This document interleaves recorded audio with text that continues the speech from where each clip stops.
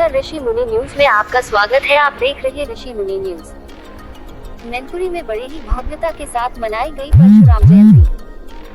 प्रसपा प्रबुद्ध सभा के प्रदेश अध्यक्ष किशन दुबे ने बड़े ही शानदार तरीके से जयंती समारोह कार्यक्रम का आयोजन पूरे कोविड-19 के नियमों के साथ मनाई। इसके साथ ही प्रसपा नेता किशन दुबे ने विधिवत रूप से हवन पूजन करके उनकी विशेष पूजा अर्चना की। इस दौरान प्रसपा नेता किशन दुबे ने भगवान परशुराम जी को अपना आदर्श बताते हुए उनके आदर्शों और सिद्धांतों पर चलने का संकल्प भी लिया है।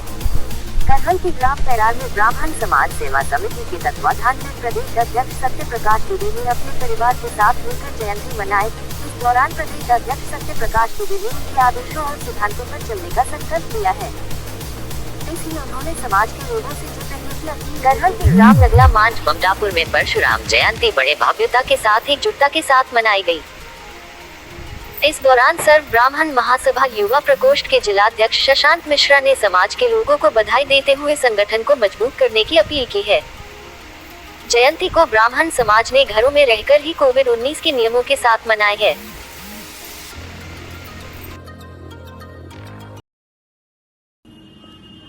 आज बड़े ही हर्ष का दिन है कि हमारे आराध्य भगवान परशुराम की जयंती का दिन है, जो हमको बड़े धूमधाम से हमेशा मनाते रहे हैं।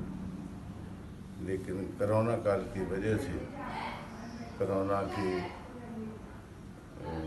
इंस्ट्रक्शंस के अनुसार हम लोग सामूहिक रूप से आज हवन यज्ञ वगैरह न कर सके। इसका हम लोगों को बहुत ही दुख है।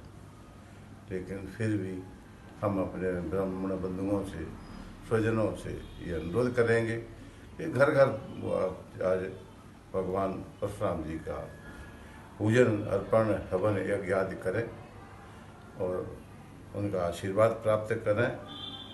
साथ ही इस कोरोना काल में अपना और अपने परिवार का बहुत ख्याल रखें, जिससे कि हमारा कोई भाई पीड़ित न हो। इन्हीं शब्दों के साथ मैं भगवान परशुराम को नमन करता हूँ। वो हम सबको आशीर्वाद प्राप्त करें और हम उनके बताए हुए पथचिन्हों पर आगे बढ़ सकें।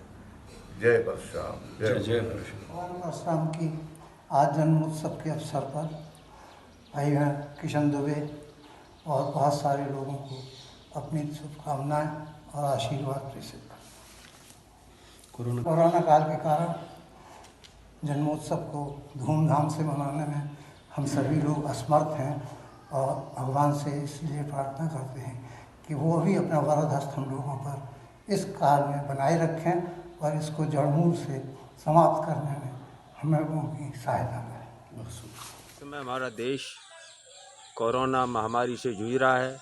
पहले हम लोगों का कर्तव्य सरकार का सहयोग करें और टीकाकरण करवाएं, मास्क लगाएं। ये प्रोग्राम हम कम ही जाएं। शादी विवाह जैसे कोई प्रोग्राम हो उन्हें कम ही जाने की कोशिश करें। हमारा सभी परशुराम भक्तों से अनुरोध है कि परसाल की तरह इस साल भी परशुराम जयंती महोत्सव घर पर ही मनाएं।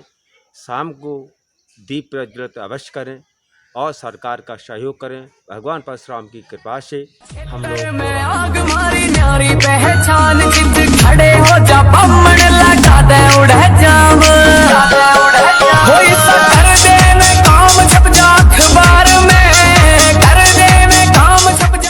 दोस्तों, आज सबसे पहले परशुराम जयंती पर बहुत ढेर सारी शुभकामनाएं। साथियों, मैं अपनी बात दुष्यंत जी की चंद पंक्तियों से शुरू करना चाहता हूँ। हो गई है पीर पर्वत सी पिघलनी चाहिए, हो गई है पीर पर्वत सी पिघलनी चाहिए। इस हिमालय से कोई गंगा निकलनी चाहिए। सिर्फ हंगामा खड़ा करना हम समाजवादियों का मकसद नहीं है। कोशिश है ये सूरत बदलनी चाहिए। साथियों, जिस तरीका से आज प्रदेश में जो हालात है, आप लोगों ने टीवी चैनलों के माध्यम से देखा होगा कि सैकड़ों लोग इस दुनिया से अलविदा हो चुके हैं। इस महामारी में ये सरकार हाथ पे हाथ धरे बैठी है। साथियों, कहीं बेड की कमी है, कहीं ऑक्सीजन की कमी है। इस सिस्टम को इस तरीका से बर्बाद कर रखा है साथियों।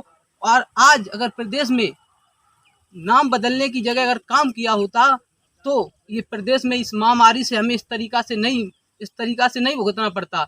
साथियों, आपको बता देना चाहता हूँ कि जो समाजवादी पार्टी ने काम किया था वो आज भी हर गली गांव में गूंज रहा है।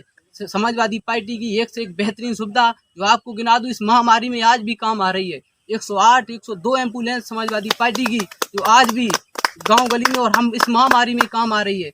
समाजवादी पार्टी की इतनी बेहतरीन सुविधा थी, 100 नंबर जो 112 नंबर कर दी गई है। हम पूछना चाहते हैं उत्तर प्रदेश के मुख्यमंत्री जी को कि खूंटा बदलने से कि भैंस दूध ज़्यादा देने लगती है क्या? आपने समझ क्या रखा है? सिस्टम को किस तरीक़ा से डील कर रहे हैं?